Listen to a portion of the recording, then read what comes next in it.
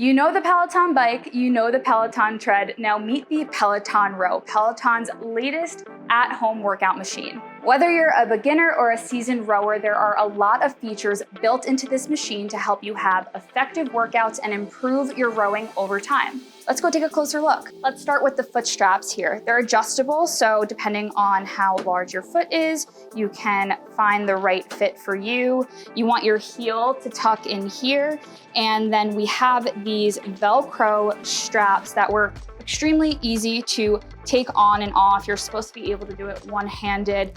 You don't have that like double buckle system that sometimes you see on rowing straps, but they still should feel very secure. On some rowers, you might see a seat that's supposed to replicate the feeling of being in a boat. That's not always so comfortable, especially for someone who's just doing this as part of their routine. That's why this seat is cushioned, it's quite soft, and it's curved in a way that's supposed to relieve pressure points that you might experience in the rowing movement. And using sensors in the rail here, that is something that can help inform your form guide that we see during class. We have the handle of the rower here, and you can see it's curved. You might see some rowers that have more of a straight shape, but this curve actually makes it more comfortable, and that is supposed to make sure that when you're going through your movement, you're actually targeting all of the right muscle groups effectively. A central part of the Peloton Row experience is this 24-inch rotating display. So with that, while you're getting the row classes, you're also getting the familiar collection of Peloton classes from yoga, strength, HIIT, all that fun stuff. And that also means that when you're not rowing, you could rotate the screen, work out right beside it. Pretty awesome. When it comes to storage, you can actually tuck the display down here, and the Peloton Row stores upright to help save you some space. It stands 7 feet, 10 inches tall. And just for some added peace of mind, the Peloton Row comes with this plate that mounts to the wall and includes a strap that'll hook around the handle here. And that just means that it's not gonna go anywhere. It's really important that when you have something like this standing so tall, you know it's not gonna come down unexpectedly. I'm in my first Peloton Row class right now, and I think the only way I'm finding any type of success is because the Form Assist feature is letting me know in real time how I'm doing with my form. So if you look on the display, it actually lights up red where I need to pay attention to my movement, whether it's my knees or my back. I know I'm working on trying to keep my back up straight and my shoulders down, and having that is extremely helpful. So in this beginner's rowing class that I'm taking, the coach is using something called stroke rate to help me gauge how hard I should be working, how fast I should be rowing. The stroke rate basically adjusts to reflect my experience level. So I was just told to do a 20 to 26 stroke rate. That's a little bit of a higher intensity, so I'm gonna pick up the pace. So I spoke about stroke rate. The second metric that you're gonna follow during class is your pace. Pace is basically telling you your power. It's measured by the rowing standard of 500 meters, so your pace would be how fast you're rowing 500 meters. And I think it's important to note too that with pace, it's gonna look different for everyone. I'm not expecting as a beginner to have a spectacular pace, but that's something that I hope will improve the more that I row and the more experience I get. So now I'm doing a drill.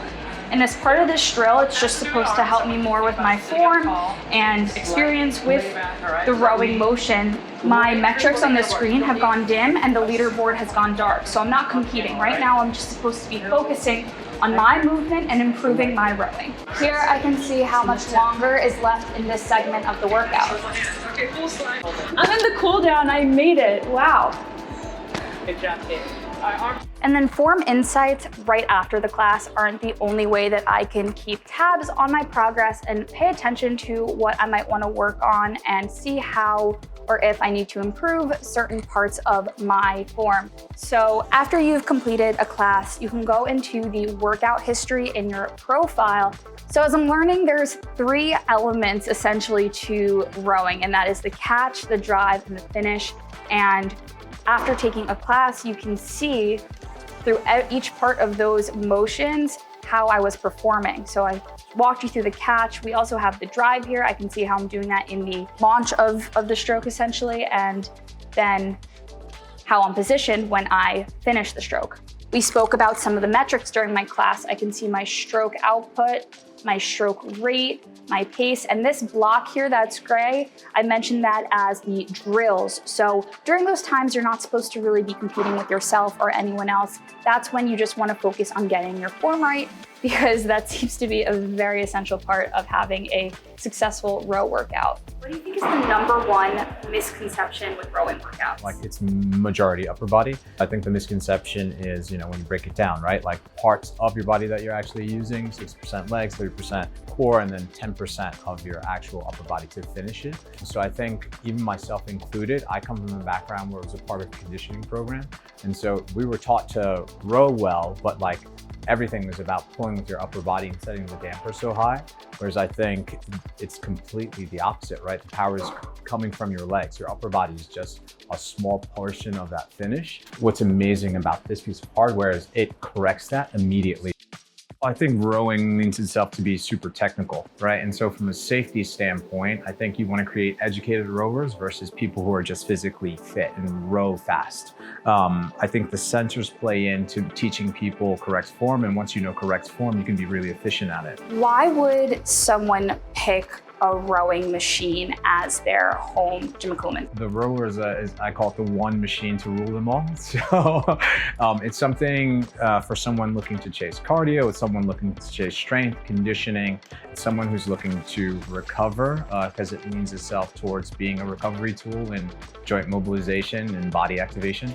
You don't really have anything that's like that can do it for your whole body. So that's why I think this is like a game changer. After taking one class with the Peloton Row, I have to say I'm itching for more. I love how form guidance is built into almost every element of the technique, and also that it has the Peloton platform, so I can still have a well-rounded workout routine with this at the center of it. And of course, I can store it away to save some space. With the launch of Peloton Row, there is a team of 5 coaches that are going to be guiding the class experience. Peloton Row costs $3,195, and of course, you're going to pay $44 a month for the Peloton membership. Availability starts on September 20th, and rowers will be shipping out in December. What do you think of Peloton Row? Be sure to check out our full hands-on on tomsguide.com, and be sure to follow us on Facebook, Twitter, Instagram, and TikTok at Tom's Guide. We're always showing off the latest and greatest in tech equipment there. Thanks for watching. I'll catch you next time.